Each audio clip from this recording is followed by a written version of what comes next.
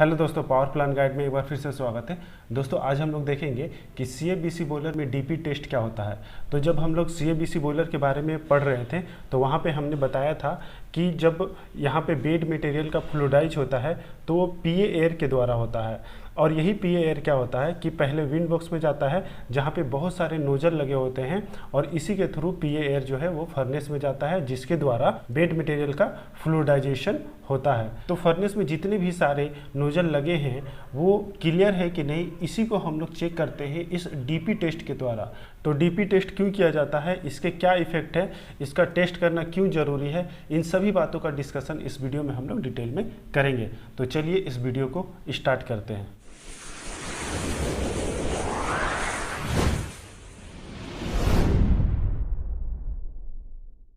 तो DP test का मतलब होता है डिफरेंशियल प्रेशर टेस्ट। तो डिफरेंशियल प्रेशर, तो इसको समझने के लिए आप आसानी से ऑयल फिल्टर का अगर उदाहरण लें तो आप समझ सकते हैं। आप जानते हैं कि जब ऑयल फिल्टर का डीपी बढ़ जाता है तो इसका मतलब आप समझ जाते हैं कि हमारा जो फिल्टर है वो चोक हो चुका है, जाम हो चुका है। इसको और भी आसान भाषा में समझने के लिए हम लोग एक दूसरा एग्जाम्पल लेते हैं। आप लोग ने ये घरों में चाय छन्नी देखा होगा, जहाँ पे आप लोग ने भी कभी यहाँ पे चाय को छाना होगा। तो चाय छन्नी में हम लोग देखते हैं कि बहुत सारे होल होते हैं, जिससे क्या होता है कि जब हम लोग चाय को यहाँ से डालते हैं तो चाय जो है वो कप में गिरता है। और शुरुआत में जो चाय होता है वो आसानी से कप में गिर जाता है, लेकिन थोड़ी देर बाद जैसे जैसे चाय पत्ती इस होल के अगल बगल सेट होने लगता है, जमा होने लगता है, तो ये जाम हो जाता है, जिससे जब हम चाय डालते हैं तो वो चाय आसानी से पास नहीं हो पाता है, जिससे हम ये समझ जाते हैं कि हमारा जो होल है वो जाम हो चुका है। फिर हम लोग क्या करते हैं, उस होल को क्लियर करते हैं और फिर से चाय को डालते हैं, फिर चाय हमारा आसानी से आ जाता है। तो यहाँ पे एक प्रेशर से हम लोग ने इन किया चाय को और एक प्रेशर से ये आउट भी हुआ। तो जिस प्रेशर से ये इन किया और जिस प्रेशर से ये आउट किया, इन दोनों को डिफरेंस को ही डिफरेंशियल प्रेशर कहा जाता है। और ये प्रेशर जितना कम होगा, इसका मतलब हम ये समझते हैं कि हमारा जो होल है या जो हमारा जाली है वो अच्छे से क्लियर है। अब इसी चीज़ को हम लोग इस बॉयलर में समझते हैं। तो जब हम लोग बॉयलर के बारे में समझ रहे थे तो उस समय मैंने कहा था कि यहाँ पे बहुत सारे बेड मटेरियल होते हैं और इस बेड मटेरियल का फ्लूइडाइज जो है वो इस PA एयर के द्वारा होता है। यहाँ से PA एयर जो है विंड बॉक्स में जाता है और ठीक यहाँ पे बहुत सारे नोजल लगे होते हैं, जिसके थ्रू PA एयर फर्नेस में इन करता है और बेड मटेरियल का फ्लूइडाइज होता है। तो जिस प्रेशर से PA एयर जो है इस विंड बॉक्स में इन किया और नोजल के आउटलेट में भी हमें वही प्रेशर मिला, इसका मतलब है कि इन दोनों का जो प्रेशर डिफरेंस है वो जीरो आया। तो इसी प्रेशर डिफरेंस को डिफरेंशियल प्रेशर कहा जाता है। अगर प्रेशर डिफरेंस जीरो है तो हमारा नोजल क्लियर है, और अगर प्रेशर में कोई ना कोई डिफरेंस आता है तो इसका मतलब हम ये समझते हैं कि हमारा नोजल कहीं ना कहीं चोक हो चुका है, जाम हो चुका है। तो फिर हम लोग उसको क्लियर करते हैं। तो अब ये समझते हैं कि डीपी टेस्ट करते कैसे हैं।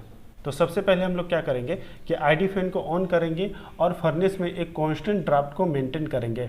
मान लीजिए कि जो आप फर्नेस ड्राफ्ट मेंटेन कर रहे हैं वो -5 है। फिर हम लोग ये देखेंगे कि हम लोग रनिंग कंडीशन में, जो बॉयलर रनिंग कंडीशन जब होता है तो उसमें हम लोग कितना मैक्सिमम PA एयर का यूज करते हैं। तो सपोज कि PA एयर का जो हम लोग मैक्सिमम यूज करते हैं वो 100 टन है, तो उसी 100 टन का फ्लो हम लोग धीरे धीरे ले जाएंगे। फर्नेस ड्राफ्ट को मेंटेन करने के बाद फिर PA एयर फ्लो को हम लोग धीरे धीरे बढ़ाएंगे और 100 टन तक ले जाएंगे। तो पहले हम लोग 25 टन तक एयर फ्लो ले जाएंगे और उसमें देखेंगे कि विंड बॉक्स प्रेशर हमारा क्या आ रहा है। तो वहाँ पर एक रीडिंग लिख देंगे कि 25 टन में हमारा इतना विंड बॉक्स आ रहा है। फिर हम लोग देखेंगे कि 50 टन में कितना आ रहा है, तो फिर 50 टन का फ्लो ले जाकर विंड बॉक्स प्रेशर को हम लोग यहाँ पे मेंशन कर लेंगे।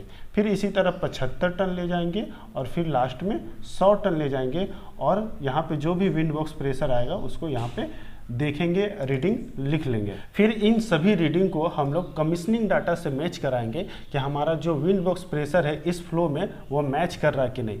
अगर मैच कर गया, इसका मतलब है कि हमारा जो नोजल है वो क्लियर है और अगर जो प्रेशर है वो कमीशनिंग डाटा से बहुत ज़्यादा डिफरेंट है तो इसका मतलब हम समझ जाएंगे कि हमारा नोजल जो है वो चोक हो चुका है। तो फिर हम लोग क्या करेंगे कि हम लोग नोजल को चेक कराएंगे और जो भी नोजल चोक हो चुका है, जाम हो चुका है, उसे हम लोग क्लियर कराएंगे और फिर से यही डीपी टेस्ट दोबारा करेंगे और इस डाटा को हम लोग कमीशनिंग डाटा से मैच करवाएंगे या आसपास ले जाएंगे, ताकि हम ये इंश्योर हो पाए कि हमारा जो नोजल है वो सभी क्लियर है और हमें जो भी विंड बॉक्स प्रेशर के रिस्पेक्ट में हमें फ्लो मिल रहा वो सही मिल रहा है। तो इस तरह से इस डीपी टेस्ट को CFBC बॉयलर में किया जाता है, जो कि बहुत ही इंपॉर्टेंट है। अगर ये डीपी टेस्ट हम लोग ना करें तो क्या क्या प्रॉब्लम आ सकती है या इस डीपी टेस्ट को करना क्यों ज़रूरी है, तो इसके बारे में हम लोग थोड़ा समझ लेते हैं।